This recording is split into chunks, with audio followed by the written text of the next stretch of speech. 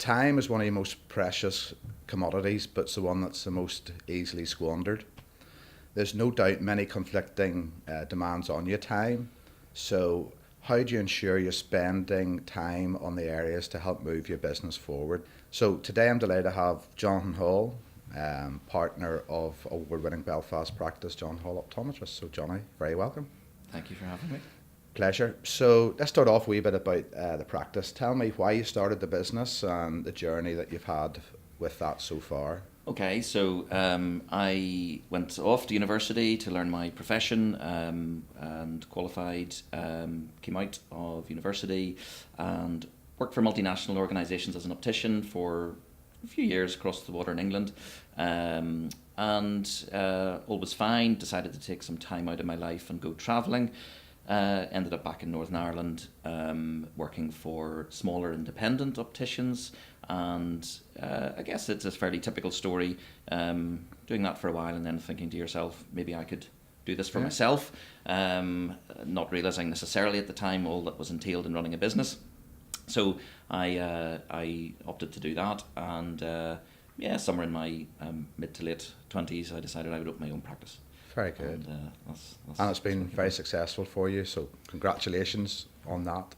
Thank you. You said you went to university to be an optometrist, okay, and we've had this conversation before, so you learned that, but the transition from being an optometrist to being a business owner, completely different skill set. Oh, 100%. So university, there was nothing in optometry as a degree course which touched at all on business, which is just the way it is, which is something they need to change. I think probably more through naivety, do you go ahead and open a business without realising quite what you don't know all what's entailed at that stage. So so my story was, I guess, probably typical again, which you start a business with passion and enthusiasm, and you realise you're just working harder and harder, maybe just to stand still. You have issues cropping up. How do you deal with staff? How do you develop a business? All these sorts of things that don't necessarily you didn't realise until they become a problem. And then I think, like a lot of small business owners, it all gets a bit tricky, and you're working too long, and your life generally is taking a knock and things like that. So the business takes over your life. Absolutely, yeah. So actually, in my situation, it was a bit of a chance.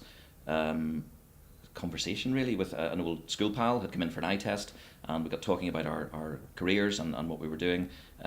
He told me he was a business coach, and I didn't know what a business coach was. He said, well, it's just like a sports coach, only it's for business owners.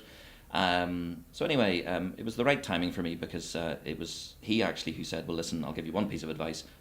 Go and get a copy of the E-Myth Revisited by Michael Gerber, and read that and see what you think. So I did that as he suggested, and well, really from the moment I opened the book, it was basically read cover to cover, because it was one of those sort of light bulb eureka moments in my life, because really what Gerber was saying was, the whole book is about why most small businesses fail in the first few years. It's this entrepreneurial myth. People open a business and they really don't realise that there are 3 jobs that you have to do in a business. So, for example, I'm an optician, therefore I open a practice and be an optician, which is the technical work of the business. However, there's 2 other hats that need to be worn. One, of course, is management, a manager, and another one being just a business developer, if you want, or an entrepreneur, as he talks about. And you don't get the balance right at your peril, basically. So, but because as you start, presumably you start maybe with yourself doing the eye testing. You don't have a team around you, maybe one other person. So you're doing the technical work. You mentioned the 3 hats that Michael Gerber talks about. So then, as a business grows, all of a sudden you go, I've got staff. Yep. So you solve one problem in business and you have a new one. So one problem being, I don't have people to help me out. You get people to help you out, and then you have a new problem, which is how do you manage staff, keep them happy, keep them motivated, and so that's a whole new set of learning. So once you've identified that there are 3 roles, and you say becoming aware that there are 3 roles, they must take a lot of demands of your time. So how do you cope with that? You've got the technical work, which presumably is generating revenue for the business. Yeah. You have to keep the staff happy. You have to run that, but also decide where you're taking the business. So structuring your time must be very important when you're running your own business. Yeah, totally, absolutely. So around that time, there was a couple of particular mentors that I was reading up on and was very interested in. One, a guy called Brad Sugars, who's an Australian multimillionaire who retired at 25. But the point was he had made clear a business is a profitable enterprise that runs without you. Yeah. So that was news to me, because I thought you just had to work and work and work in your business. So no, and he says, unless if it can't work without you, it's just a job. And it can be quite a difficult job as well. So it was him who brought me into the idea of doing things once and getting paid forever. So the idea that if you do things once and just get paid once, so for example, doing an eye test, you get paid for an eye test, that's it. You have to do another eye test to get paid again. Whereas leveraging your time in order for you to be able to do it once and get paid forever. So this is, in his case, it was writing the book that you could keep selling. It was creating the marketing plan, which just runs and keeps paying you, training people to do things, delegating, writing systems for your business, this sort of thing. So this was clear that this had to happen, and then it's a matter of, as you say, trying to get your time right. So how do I actually make this happen? So from that point of view, another work that I was quite interested in at the time, Stephen Covey wrote a book called 7 Habits of Highly Effective People, and he has lots of good ideas about what way to organise your life and your time and things like that. So one of his habits was begin with the end in mind. So it became clear that you have to think about what do you want this to look like, and there before you head it, because having a vision is a very important thing, so that you know what is the right decision as you go along, and putting first things first. So getting back to the time thing, which very much is about deciding what is important and what's not important to be doing, ruling out the stuff that's not important. So for example, he talks about it's all very well racing up a ladder, but if it's leaning against the wrong wall, it's you're not getting anywhere very fast in the whole thing. And then to get a bit more granular about the time management, the idea that, look, there's always things that are important and unimportant in your world, and there's things that are urgent and not urgent in your world. So it's getting the discipline to sort of think, well, what is important for me to do in order for me to advance myself or my business or my knowledge or my time or my money or whatever it may be, and then looking at all the things that you can cut out. So all the unimportant things, which I think fall into 2 categories. One is stuff that's still important. It's just not important that you do it. Somebody has to do it. So for example, in business, is it important that the post gets opened? Absolutely. Is it important that I do it? No. Absolutely not. But it still needs done. So that way then we're into the area of delegation. So I've got to get somebody and say, this is what I need you to do for me. So it comes off my list. But that's delegating to the right person. Absolutely. Rather than just going, so get it away from me. Big fan of the stop doing list. So I think in business it's a lot about what you stop doing as much as what you start doing. And delegation, you got to be careful with delegation. I mean, for me, look, if somebody else can do the thing 80% as well as you already do it, well, that's fine and that's good enough, and they'll only get better at it, and that's grand. But it's a million miles away from abdication. So I think this sometimes is a problem where people say, look, I don't want to do it anymore, so I'm just going to leave it. And then it may or may not get done, and it may not get done to the way you want it to do. But so, if you haven't given those directions or the instructions, so... Absolutely. So certainly in healthcare we have see one, do one, teach one, which is the idea that, look, you've got to show somebody how to do a thing to the standard you want them to do it. You've got to then watch them do it, and then they've got to tell you what they did so that you know they've got it. So giving someone knowledge is one thing, but they don't have the confidence to do it until you've sort of held their hand, until they've done it enough. So that's the delegation thing, I feel. So that gets rid of the non-important things for your world, although it's important still to be done. There's the non-important stuff that's just isn't important that anyone does it. So lying on the couch watching repeats of Friends or whatever is not important. So again, I think you've got to think to yourself, what is it making me any more knowledgeable? Is it bringing me any more money? Giving me my life back? Giving me time? And if the answer is no, I think you've got to consider binning it. Yeah. One thing I do is I have a default diary. So and it sort of works all year. So it's a Monday to Sunday thing, and really there's things that you're going to do every week.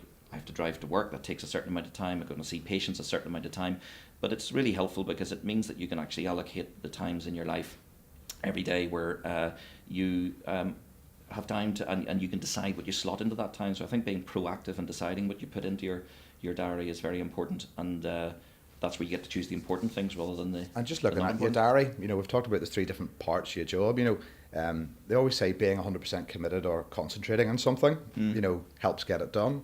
So would you be very specific about saying, okay, I'm going to be testing these days, I'm going to be doing business development or strategy that day? Absolutely.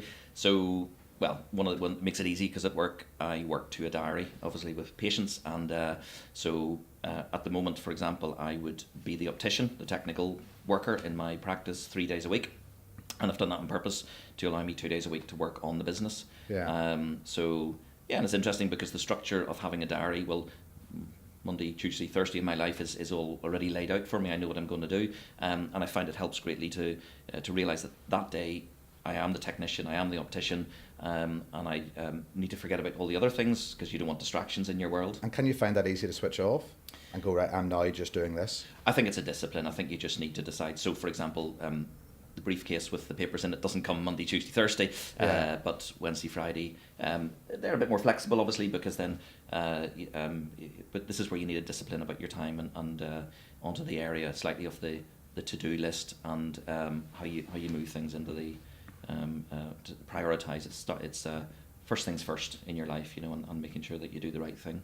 I know we're going a little bit off because we were talking about time management, but what comes across very strongly to me from you is the desire to keep learning and asking questions and not being afraid to go to a mentor or a business coach and getting information and self-learning. You've referred to a couple of books so far, and I know you are very well read, so that must be inspirational as well to find these new things, learn these new topics, and deciding, because you are the entrepreneur, how to implement them in the business. Absolutely. So yeah, it goes back to the E-Myth, which was probably the first book I read on business, and it just was obvious to me that there were people out there who know more than I do and want to teach you things and whatever. So I think what happens as well, it's been an interesting journey.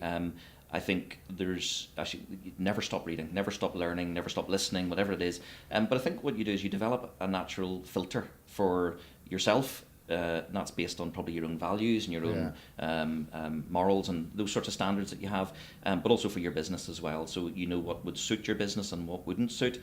So I like to keep an open mind. I'll read and listen to anything, but I think as the years pass, you develop a more and more honed filter, and some stuff you'll read and you think, well, that's not appropriate. I don't believe it, or it doesn't suit my type of business, or it's not the way I want to do business, and you're back into the sort of moral and values argument a wee bit there as well, So that's a lot of experience which has taken you to this particular point. So the first years of the business, I presume, are very different than the last years of the business. Mm-hmm. Yeah, first years of business are hard, and you're chasing your tail, and you're trying to climb a ladder, and you're trying to make it all work, and you're spinning plates and all sorts of things like that. And it is tricky, and there's very few businesses that are mature when they open up. You open a McDonald's and it's a mature business. All the staff are there, all the systems are there, all the price lists are there, and the customers are there as well. But I think that's not going to happen generally in a small independent business. So yeah, you have to hustle and work hard for the first few years. But I do think this is why this idea of having a vision and beginning with the end in mind, so you know what decisions to make as you go along, and not only from a work point of view, because I think you can't disassociate work from your life. You can't. You're not defined by your business. I think a business is something you can do.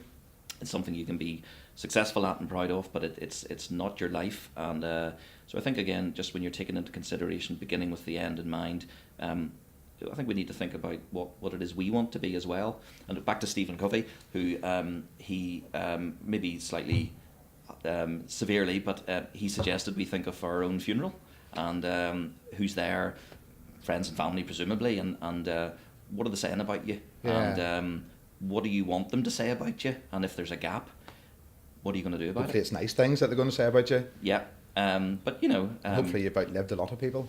But it's so, which was a bit of a paradigm shift view on things. So you think, oh yes, well that's interesting, isn't it, to think what yes, okay, business is one thing, but obviously your life in general is an important part of the whole thing as well. So yeah, absolutely. So although you have to hustle and work hard at the start of your business life, but you should always have something to strive for and know what this is going to look like in the end. You talked earlier about Brad Sugars, about a business and a job, and then you talked about systems. So presumably having systems and processes in place for most parts of or everything that's done with inside the business will allow you to monitor what's going on, allow you to stand back from it a bit, and be a bit more comfortable about that the business is delivering what you want it to deliver. Yeah, 100%. I think the job of the business owner is, as we said, not to do the work of the systems, but to create robust systems that will operate the business the way you want it to do, and you train, delegate your staff to operate the systems for you, and then look, you get out of their way. You let them do it for themselves. You don't interfere. You don't need to micromanage if you're confident that you've set the systems up properly. And judging people by results. So let's look at the reports. Let's look and see how we're doing at the other end. And it's quite often the case you may have to tweak things, which is fine. You go back and you discuss a system and you change it if you need to. But yeah, absolutely, the systems are like the cogs in a machine, and the systems run the business, and your staff run the systems, and the business helps you, and it should all go round in circles, really.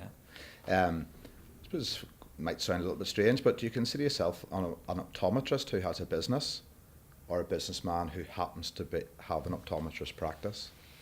It's an interesting one. I'm a businessman who happens to have chosen optometry as my business, the work of my business, which is so that's an interesting one. But yeah, I think you need to be. I think if I only wore my optometrist hat all the time, I by definition I'd be neglecting how happy my staff are, how well my business is developing, how happy my customers are, and that's just an imbalance that.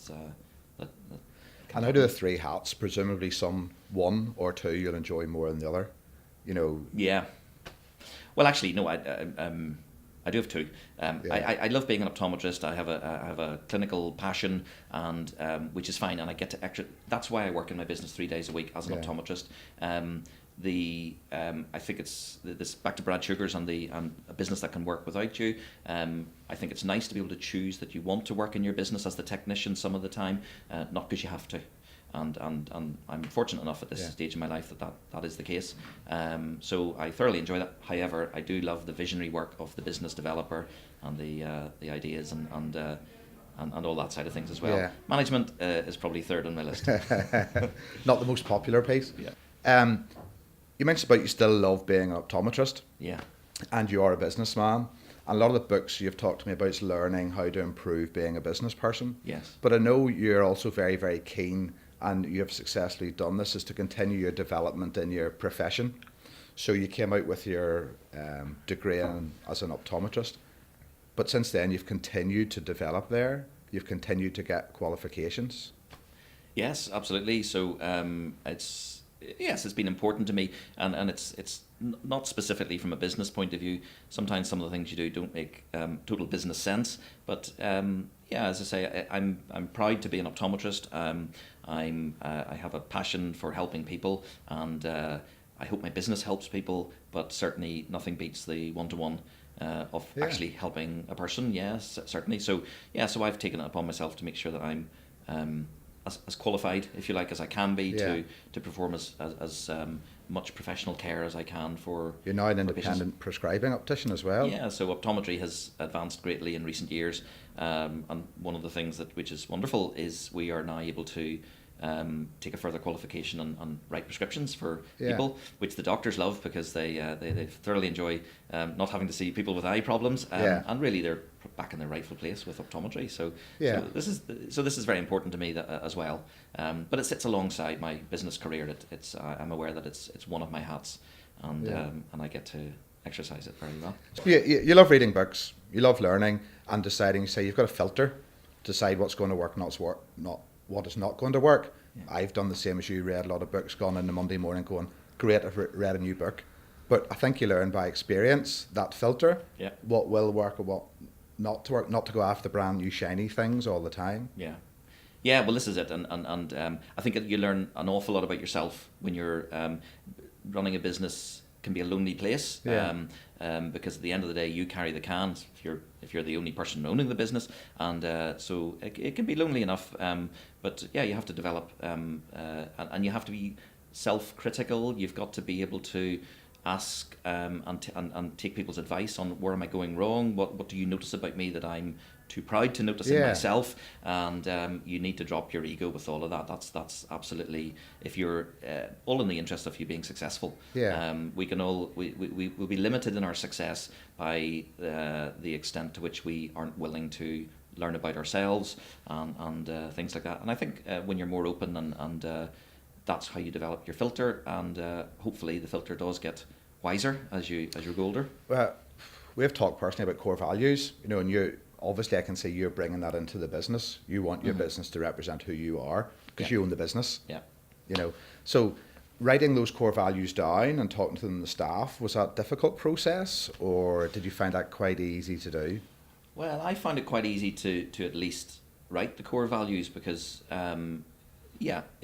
that sort of thing's very important to me, and standards, morals, values.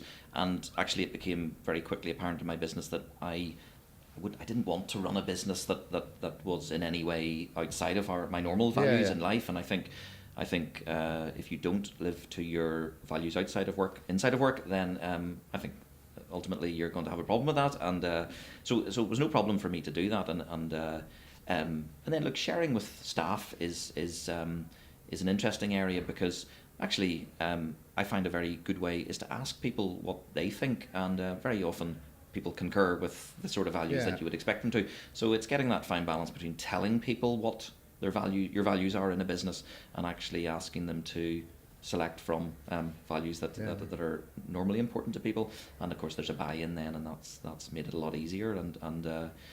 So we I think it's been very important to have a hard sort of line or a core, if you like, of our values, so that look, as will happen with people who come to work and whatever, if sometimes anybody would be veering away from the core values, well, it's easier then to point out to them that this is not in line with how we discussed. I think in any business, you'll always have a culture. Whether you choose your culture or not, it'll find it's usually its lowest common denominator. So if in your workplace you haven't for example said, well, we don't do swearing, or we don't do whatever, or we don't talk about other people, then somebody someday will maybe do that, and then everybody thinks, well, that's appropriate, and before you know it, you have a workplace that isn't the way you want it to be. So I think creating your culture and is a very strong thing. Ego, you mentioned egos a couple of times, so it's very important to make sure there's no egos in the workplace. But also from your own point of view as the entrepreneur, running it on a dictatorial basis isn't going to work. There's another book I'd read a couple of years ago, and the title said it all, Leaders Eat Last, and the idea of maybe reversing the traditional pyramid where there's a managing director sitting at the top with all the perks and the privileges and the big car and the lift up to the top floor and all like that, and actually treating people in a different way and realising that the leader is there, and I believe in my practice that I'm there as a leader to serve my staff. I need to make sure that their environment suits them, that they've got everything they need, that they're happy, they're comfortable, even their home life is appropriate, and I find that human beings will naturally respond in a very positive way to that, and I like that style of leadership, certainly. And you've been very successful. Your staff have been there, stayed with you, they've been on that journey with you. When you took somebody new on, because you had done all the entrepreneurial work to decide what type of business you wanted to have, how easy was it then to bring somebody in? Because you had all that in place. I presume it helped you to look for the right person and then bring the right person into the business. Yeah, it was great, and it has been great. Every time we've gone to get somebody, it makes life so much easier to be able to put out, whether it's an advert or just in discussion with people, to be able to say, this is who we are, this is the way we behave, this is how you'll be treated when you come here, and this is what's expected of you. And I must say, we've been very lucky, but I think as well at the same time we have attracted people who quite often have been in other workplace situations where things maybe haven't been dealt with like that, and this is sort of music to their ears, and obviously we have to follow through on our promises, but we do, and so it brings us, you get who you deserve, as Brad Sugars would have said, as an employee, and that seems to work well. So yeah, it's been lovely, and it also means there's less issues down the line because everybody knows where they stand and how we're expected to behave and react to each other. Sounds like you've certainly enjoyed the journey, and it has been a journey from qualifying to where you are now, and lots of changes along the way. So with the benefit of your experience, if you were sitting talking to somebody now who was setting out on their own journey or setting up their own business, is there one bit of advice that you would feel that you could give them which would help them make that transition from maybe working for somebody to running their own business?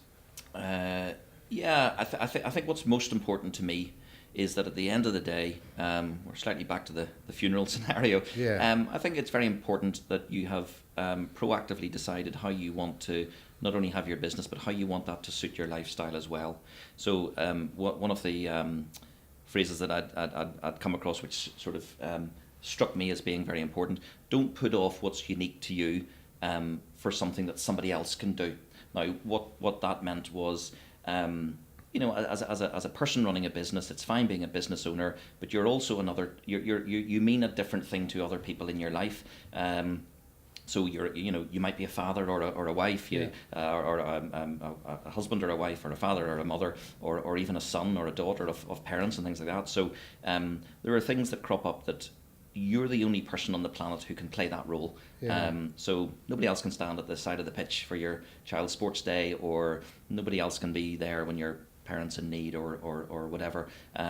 So I think it's important, just when you're setting out in business, to make sure that you, with the vision of what's at the end in mind, that you factor all that in and make sure that you're working at least towards a time where you're not missing out by doing things in the business that somebody else could have done for you, and not playing the role that you only you can play, Yeah. for the nearest and dearest around you.